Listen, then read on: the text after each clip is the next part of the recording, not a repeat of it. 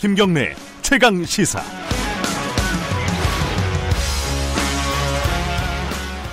그래, 어느 정도면 되겠나?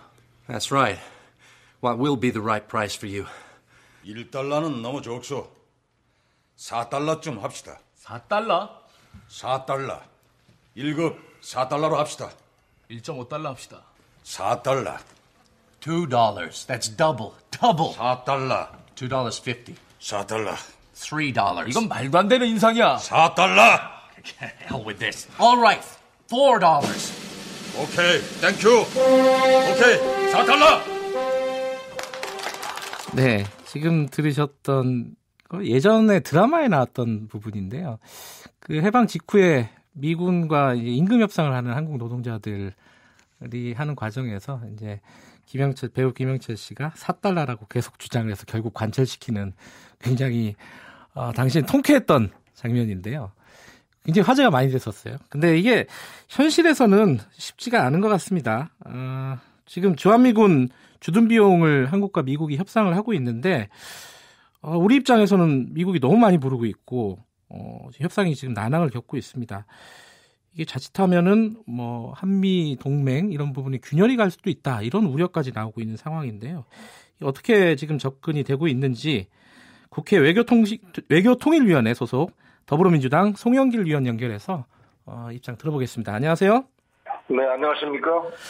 의원님 그 방위비 분담금 얘기하기 전에 어제 그 일본 초계기가 이제 또 저공 비행을 해가지고 우리 군함을 좀 위협하는 그런 사건이 있지 않았습니까? 최근 들어서 뭐 세 번째라고 하는데 일본이 지금 의도적으로 이렇게 한다고 보세요? 어떻게 보십니까 지금?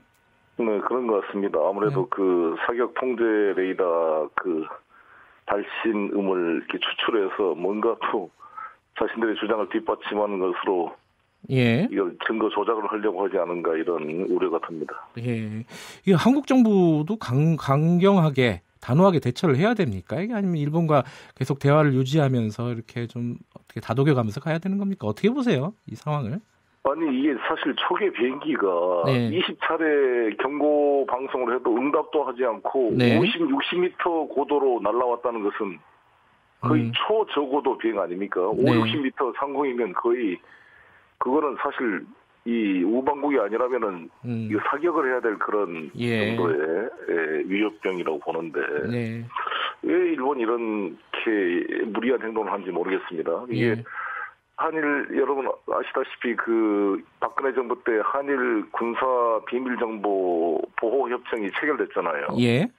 그럼 그 협정에 따라 서로 군사 비밀 정보를 공유하면 될 텐데 이거를 아베 정부가 그 아주 편집된 비디오 영상을 일본 국민에게 공개하고 이렇게 국내 정치로 활용한 것은 한일 관계 발전에 도움이 안 된다고 생각합니다. 조금 단호한 입장을 주문하시는 그런 뉘앙스네요. 송영길 의원께서는. 저는 이 군사 비밀 정보 보호 협상 이거 중단해야 되는 거 아닌가. 매년 이거 1월 달에 갱신하도록 되어 있거든요. 우리가 8월 달에 만약에 종료 요구를 하면 종료됩니다, 이게. 군사 비밀 정보 보호 협정이라는 게 거의 껍데기가 된 거 아니겠어요? 왜 그 협정에 따라 비밀 정보를 공유해야 될 상대가 이렇게 위협적인 비행을 하고 그걸 대중에게 공개해버리고 비밀 정보를 서로 누설하지 말아야 될 판인데 군사 비밀 보호 협정까지 파기해야 될 수준이 아니냐 지금 상황이 이런 말씀이시네요. 그렇습니다. 알겠습니다. 그 한미 방위비 분담금 얘기 좀 해볼게요. 지금 우리 정부가 1조 플러스 알파를 얘기하고 있죠 지금. 그리고 3년 유효기간 3년으로 하고 있는데 미국은 지금 유효기간 계속 1년을 주장하고 있고요. 1조 1,300억 원, 그러니까 10억 달러를 계속 얘기하고 있고 이게 어떤 서로 타협점이 보이십니까? 어떻습니까? 지금? 쉽지가 않는데 이제 두 가지인 것 같아요. 일단 트럼프 대통령이 2배로 올려라 이렇게 처음에 큰 소리를 쳤잖아요. 그러니까 그 전까지는 거의 협상이 잘 돼 왔어요. 미국 그 협상자들도 미안하다가 말할 정도로. 그래요? 갑자기 논리가 이제 없어진 거죠. 막무가내가 된 거니까. 그러니까 저희들 주장은 아니 무슨 항목을 어떻게 올리라는 거냐. 그 이유가 제시돼야 될 거 아니냐. 네. 근데 그냥 막무가내로 총액을 올려라 이런 겁니다. 그 이제 근저에는 트럼프 대통령이 이 독일이나 일본이나 한국 같은 부자 나라들이 네. 미국 그 군사력에 무임승차를 해서 자신들의 국가 안보를 돈을 안 내고 지금 즐기고 있다.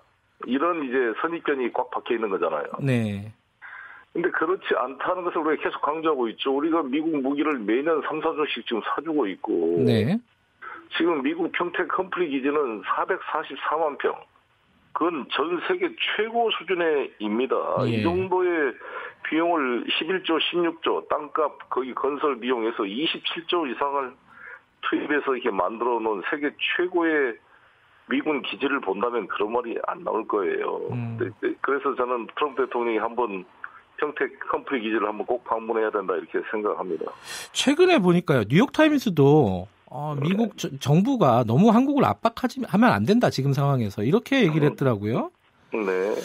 그러니까 미국 내부 여론도 일방적으로 뭐 무조건 증액을 해야 된다 이런 건 아닌 것 같아요. 지금 그럼 미국은 이제 그 배경이 트럼프 대통령밖에 지금 해석이 안 되는 겁니까? 이렇게 지금 무리하게 올려달라고 하는 거는? 네, 그렇죠. 트럼프 대통령이 본인이 이번에 그 멕시코 국경 예. 그 벽을 설치하는 예산 문제로 지금 미국 연방제가 셧다운돼 있잖아요. 예.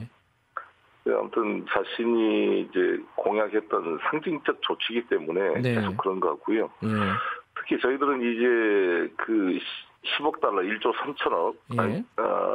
한 정도 비용이 된다고 보는데 이것뿐만 아니라 1년으로 협상 기간을 줄이게 되면 네. 이제 그 이유가 1년 후에 다른 플랫폼을 가지고 한미 방위 협상을 하겠다는 것입니다. 예. 그러니까 더 위험한 거죠, 어떻게 보면. 지금까지 이제 우리 방위비 분담의 주요 대상은 네. 군수 지원이나 건설 지원이나 인건비 지원이거든요. 네. 근데 이거 이외에 전략자산 전개 비용이나 한미 합동훈련 비용을 방위비 분담 대상으로 만약 집어넣게 되면 천문학적으로 올라가는 거죠, 그 비용이.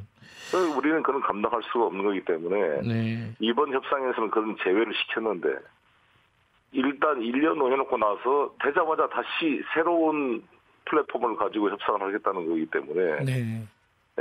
아주 저희들로서는 우려를 표명하고 있습니다. 그 지난 21일에요. 그 강경화 네. 외교부 장관하고 외통위 소속 의원들이 간담회를 가지지 않았습니까? 네. 비공개였어요, 그죠? 네.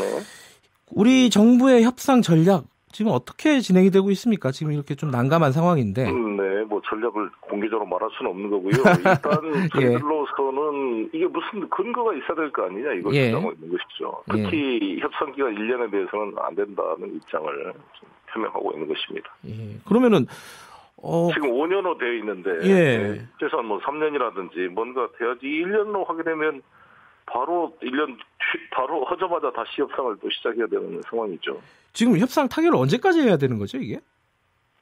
원래 뭐 이게 협상 기간이라는 것은 항상 이명박 박근혜 정부 때도 이게 오버가 됐어요. 거기에 너무 협상 기간에 우리가 몰려가지고 교섭력을 떨어뜨릴 필요는 없다 이렇게 생각합니다. 두 가지인데 저희들을 압박하는 게 협상 기간 문제하고 미군 철수 문제. 근데 미군 철수 문제는 미국에서 제기도 안 됐는데 우리 보수 언론들이 미리미리 막 해서 정부의 교섭력에 힘을 다 빼버리는 것은 국익에 도움이 안 된다고 생각합니다. 미군 철수는 미국 쪽에서는 전혀 얘기가 없었어요? 지금 무슨 미군 철수 문제가 얘기가 나옵니까? 일부 감축이라든가 이런 카드는 아직 안 꺼낸 거군요. 그렇죠. 아이고 감축 문제는 이 방위 협상과 상관없이 그 시리아의 미군 철수 문제를 트럼프 대통령이 언급한 바 있고 우리 지금 주간 미군 28,500명이잖아요. 근데 한 22,000까지는 의회의 좀 통제가 돼 있지만 그 통제도 예산상의 통제이기 때문에 사실 트럼프 대통령이 결정하면 할 수가 있는 것이죠. 그러나 상식적으로 생각할 때 세계 최고의 군사 시설과 또 우호적인 환경에 있는 이 주한 미군 기지를 포기한다는 것은 미국의 세계 전략에 커다란 변화가 되기 때문에 이것은 그렇게 될 수가 없다고 봅니다. 특히 점증하는 중국의 군사력과 러시아의 군사력을 봤을 때 미군이 오히려 임대료를 내서라도 우리 한국의 기지를 유지하려고 할 판이라고 저는 생각합니다. 그러니까 미군 철수나 감축이나 이런 얘기들은 미국에서 먼저 꺼낸 것이 아니라 지금 한국 보수 언론이 오히려 지금 부추기고 있는 것이다. 그러니까 협상력을 지금 떨어뜨리고 있다. 이런 말씀이시네요. 그럴 수가 있다고 보죠. 그리고 무슨 그걸 가지고 그렇게 흔들릴 필요가 없다고 생각이 들고 일부 주한미군 철수 28,500명에서 22,000명으로 줄이는 문제는 방위비 협상과 상관없이 방위비를 올려주더라도 트럼프 대통령이나 미군의 새로운 전략 변경에 따라 이렇게 바뀌게 될 거예요. 그리고 이미 우리 주한미군은 신속 기동군 개념으로 바뀌어서 전략적 유연성을 합의를 해줬잖아요. 네. 그렇기 때문에 단순히 이 주한미군은 우리 북한의 어떤 침략에 대한 방위만이 아니라 여기서 훈련된 부대가 중동으로 파견되기도 하고 미국의 세계 전략 전체 기지로 활용이 되고 있는 것입니다. 그렇기 때문에 이 주한미군의 그런 비용을 단순히 우리나라만을 위해서 쓴다라고 생각하는 트럼프 대통령의 그런 선입견은 좀 문제가 있는 것이죠. 그 말이 나와서 여쭤보는 건데요. 그 김무성 전 대표 같은 경우에요. 이렇게 발언을 했어요. 북에는 못 퍼져서 난리인데 주한미군 주둔비는 그렇게 아까우냐? 이게 우리 정부에 대해서 얘기를 하는 건데 이런 태도는 어떻게 보십니까? 송영길 의원이 보시기에는?